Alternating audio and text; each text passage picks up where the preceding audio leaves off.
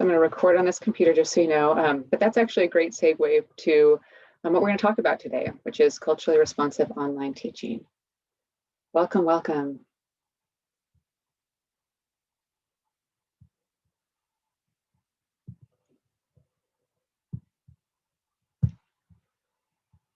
All right.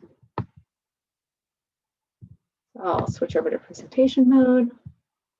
So as you're just dropping in, introduce yourself. You can do it in the chat. So your name, where you teach, something you're hoping to gain from this session. Mini session. Time will go fast.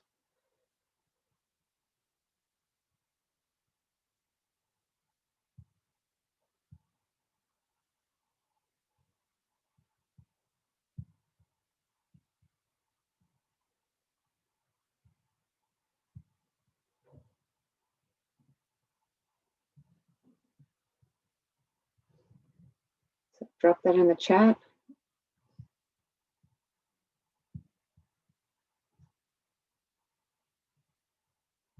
Hey, Susan.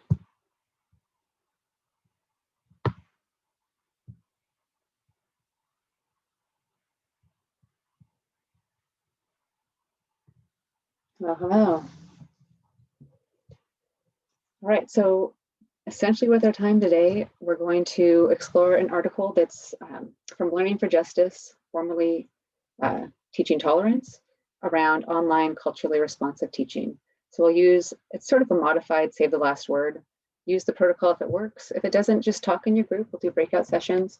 So we'll share some ideas that resonated with us, and then also share our own ideas that we found in our teaching practice to create a culturally responsive online learning space. And then head nod, thumbs up, use one of the emoji features. Have any of you seen this article before? Okay, great, because I'm excited when it's something new and you get to check it out. So I appreciate this quote from the article that really centers that any of us can do this with care and planning. So, you know, we're all in a very different space when it comes to online learning. So the things that worked really well in the classroom, they're just trying to grapple with how do we create different ways to do that in the online space. So, like I said, we're going to do a modified save the last word. So if you've used this protocol before, it's pretty structured with time limits. We're not doing that.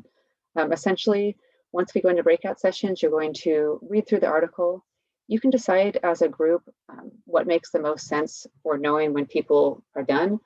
Personally, I do camera off to read and then turn the camera on when people are ready to discuss so that you don't have to ask. Once everyone's ready, you just go ahead and take turns sharing a passage that that resonated with you. Just read the passage or section. People get to take turns responding to that, and then the speaker who started gets the last word to say why that passage was selected. Just take turns doing that. We're not going to do, like I said, timekeeping, but we'll probably only spend about 13, 14 minutes in breakout sessions. So do be mindful of time as you're sharing. And I'm going to stop sharing my screen so I can drop links in the chat for you. And first, I want to make sure that you can all access this article. Because Teaching Tolerance changed their name to Learning for Justice, I believe when some people click on the link, if you haven't used their resources before, it queues up a video around their why for Learning for Justice, which is a great video. Yet it's not the thing that I want you to watch in this moment. Save that for later. So if it's pulling up a video, that's not the one. I would love for you to be able to get to an article that says teaching can be culturally responsive. So if the link takes you to a video, save that for later. Make sure you're actually on the article. Again, if you have any trouble finding that, let me know in the chat. But I just want to make sure you all have what you need before we go into breakout sessions. Okay, and I will drop that little kind of modified protocol into the chat as well.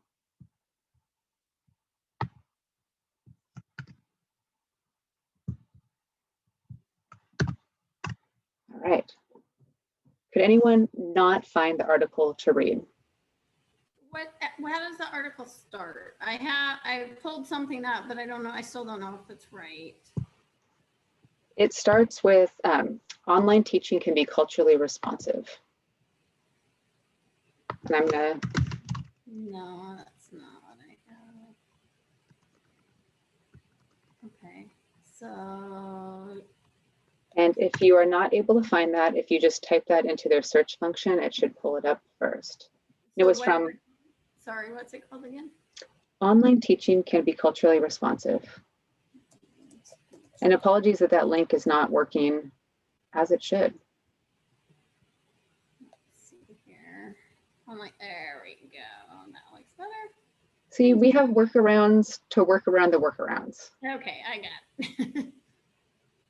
So hopefully this is correct now. All right, so I'm going to go ahead and send you into breakout rooms.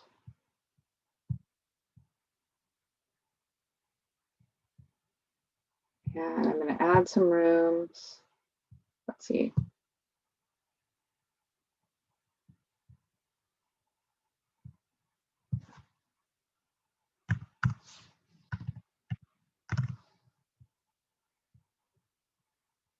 Okay. Let me make sure I've done my math correctly.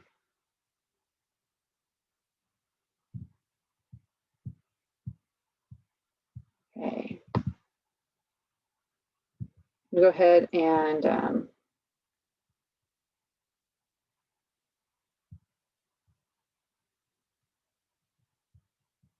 hold on one second. Let me undo. It's not. There we go. Okay, hopefully that works for you. I'm going to open up the rooms.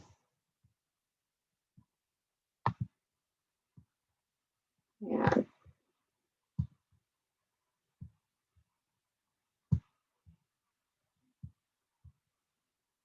right.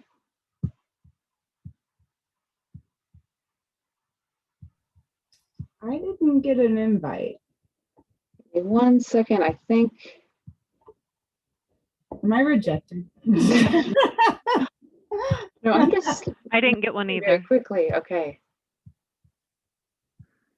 Let's see. They're coming up. Just a second. Okay.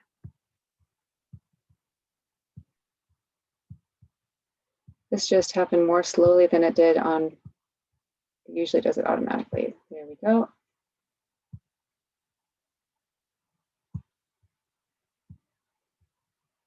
Okay.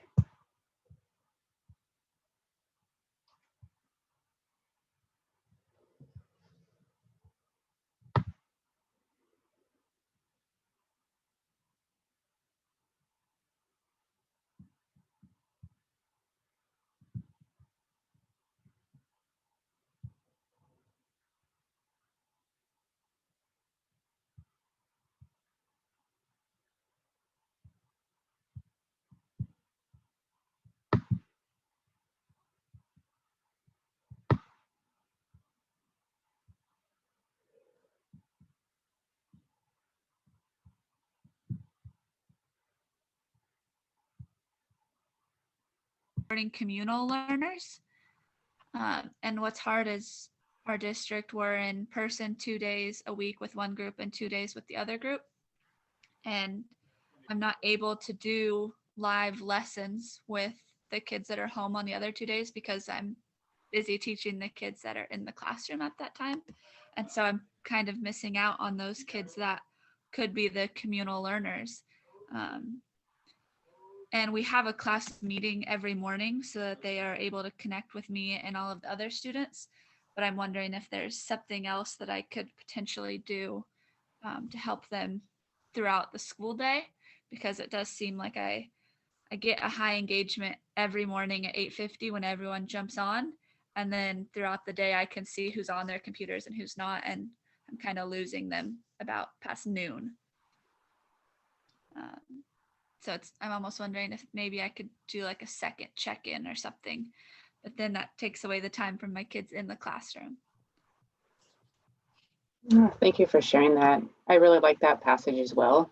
And just the idea that students are really craving connections right now. And just like the learning part, that's, yeah, what you're saying, going back and forth and trying to navigate that, and how when students are at home, to provide some taste of that communal learning that the students that you have in front of you that day are experiencing. I love the second check-in idea. That's, Yeah, I hadn't ever really thought of that. I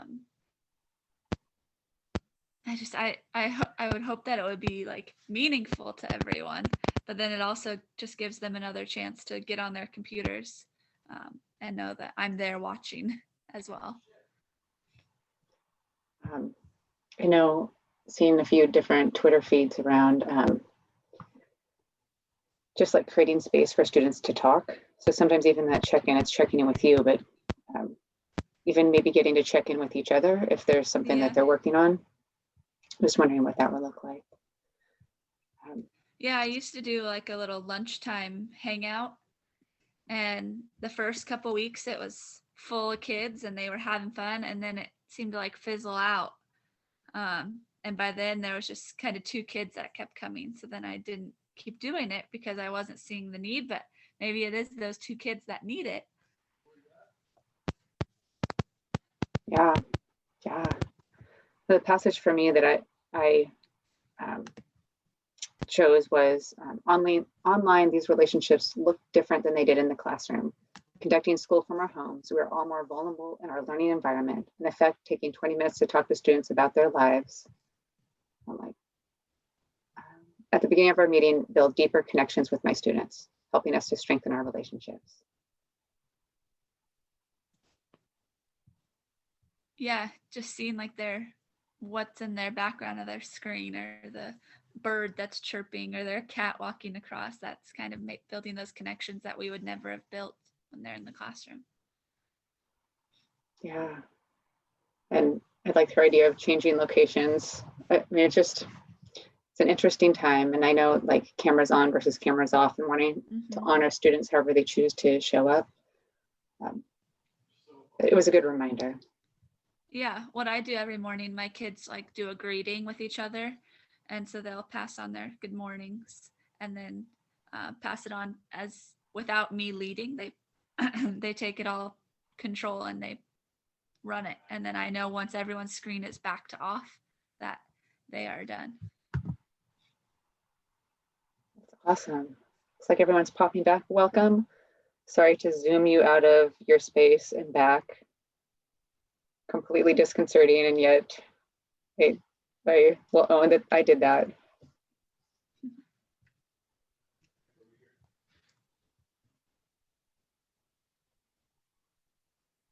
All right, welcome back to the main room.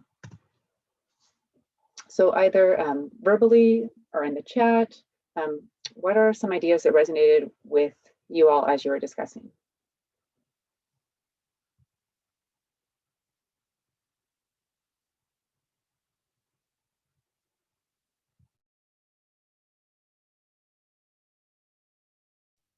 The idea of relationships over academics and being okay with that, realizing that you have to take the time to build those relationships and share and be okay with that versus just curriculum. Thanks. And hi, Laura. Long time no see. One of the things we spoke to, like you read that title and it's especially serious title, and we all have such, serious feelings around this at this time. And then you read what they're doing and it's all fun. So it's like, here you have this highly, highly important thing you need to do. Oh, by the way, have fun with your students in order to accomplish that.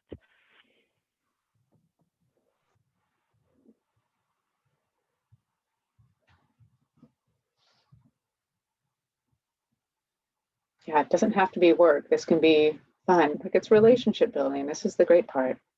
Thanks for dropping ideas in the chat around connections, sharing different spaces in your home, asking students for feedback. We were speculating a little bit too. because this article was written almost a year ago. Whether anything would change if somebody wrote it now. Would there some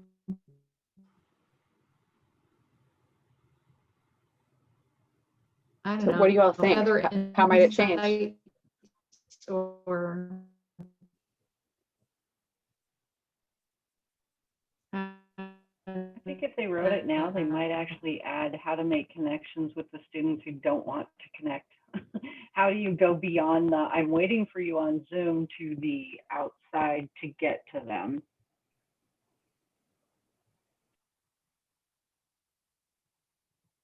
Yeah, I agree. I think that there's the kids we're able to connect with because they're present at the Zoom meeting, and there's the ones that we can't even get to log on, and so it's really hard to connect with them. And so I think it would change because of those kids on how do we connect with that.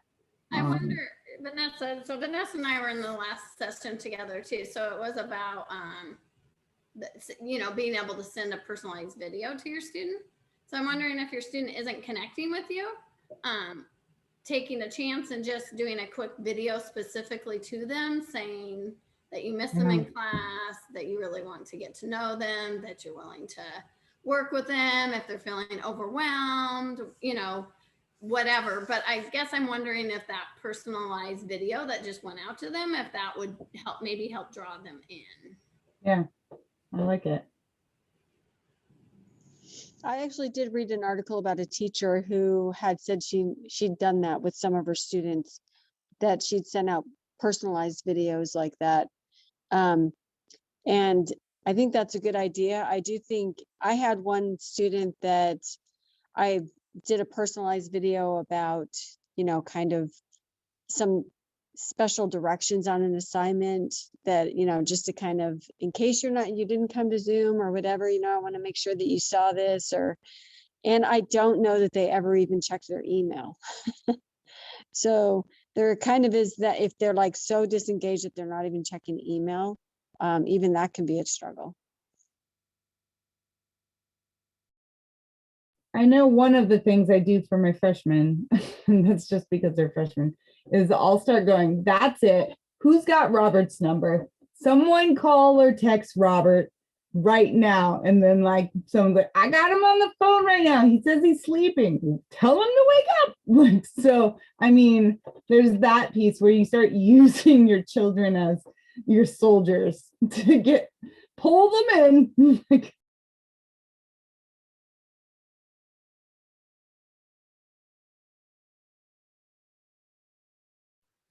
And really just so you all know, we're right where we wanted to be, which is sharing some of your ideas, because you have so much wisdom.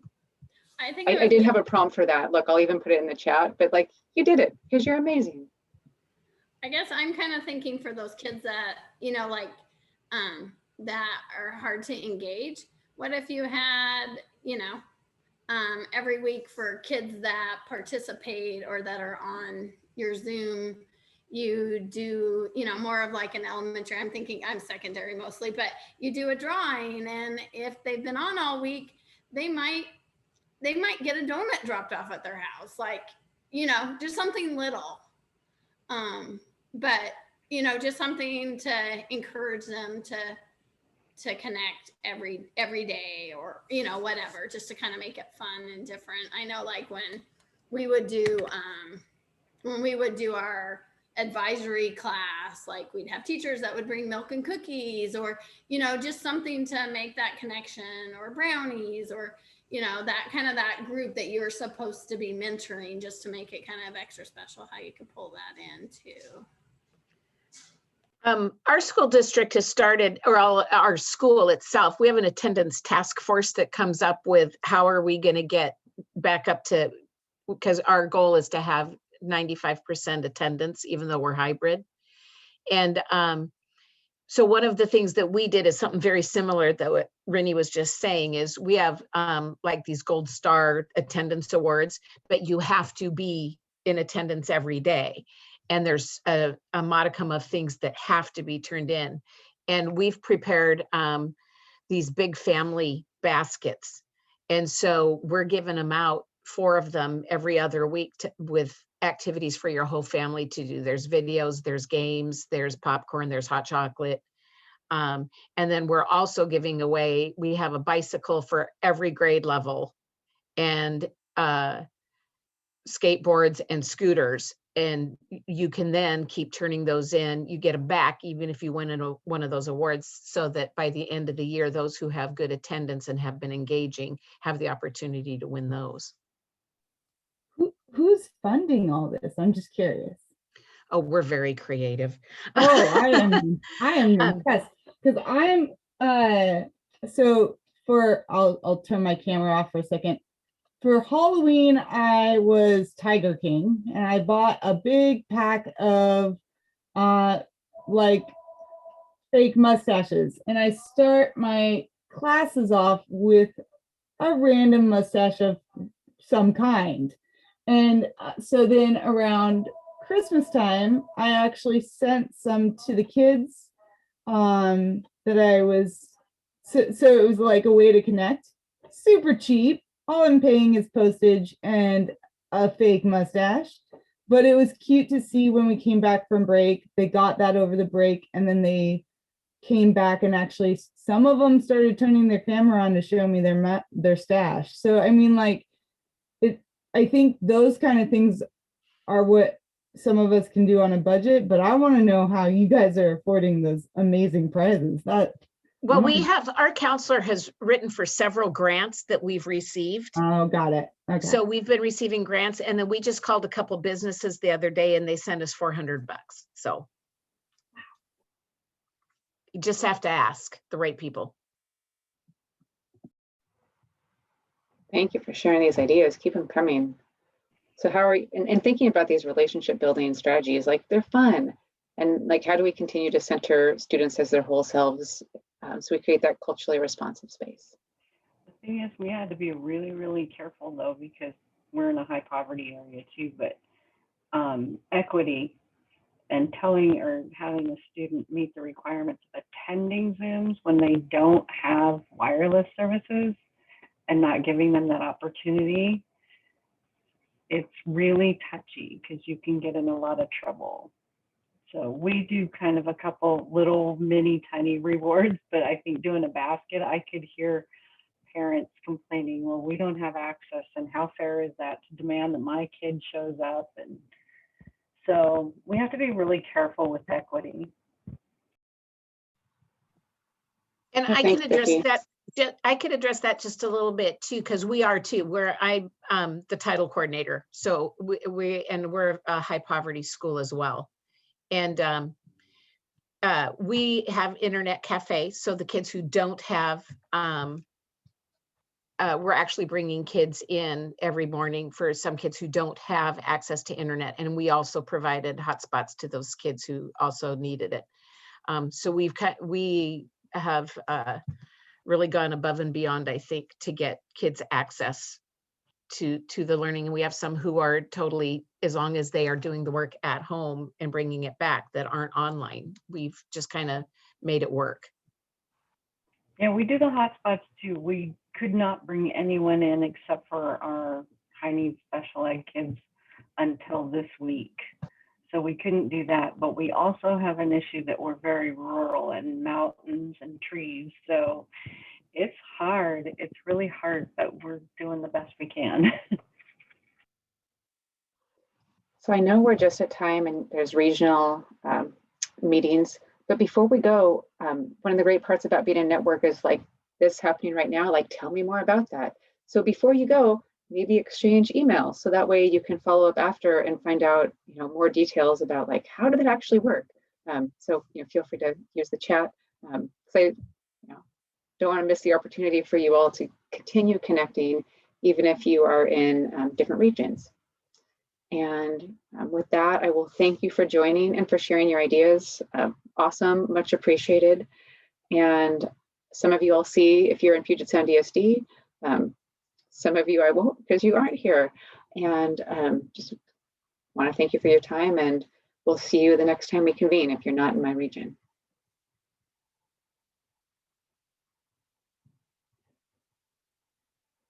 I know waving doesn't work with a virtual background, but I was waving. Are we going back? And yes, Laura, it was great to see you again. Are we going back to the original Zoom? There are, I will drop this in the chat. It's not the original Zoom. There's region specific breakouts. Okay, thank you. But I'm going to put it in the chat so you can find it. Thank you. And I love Laura, who was just on. Laura's still there. I taught her son Cameron, who's now 24. I'm like, how is he 24? Yeah, I was his fourth grade teacher, so it's been a minute. he's 24 and I don't know how that is. You must have been a baby. It was your first year. I'll go with that. Funny. And in the chat, I dropped the link that will take you to the Zoom specific link for your region. Okay. All right. Bye. So great to see you. I hope to see you again.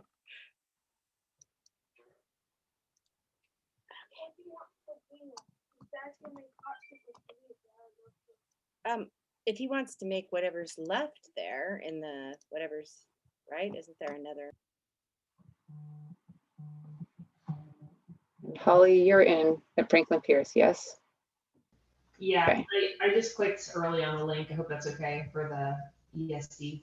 That's great. That works. How did you know I was in Franklin Pierce? Did I? Email address, I think it's showing up there, so. Oh, that makes sense. Got to know all the email addresses. Yeah, me and Brooke are in the same district, actually. Oh, awesome. I used to work at the neighbor high school from her, so. But now I'm teaching fifth. How are you liking that? Oh, you know, it was great teaching high school, but I feel like I'm at heart like an elementary school teacher. Just, we're cut from different cloth. I don't know. It's the better fit for me. How about you? What have you taught? It sounds like you taught young grades.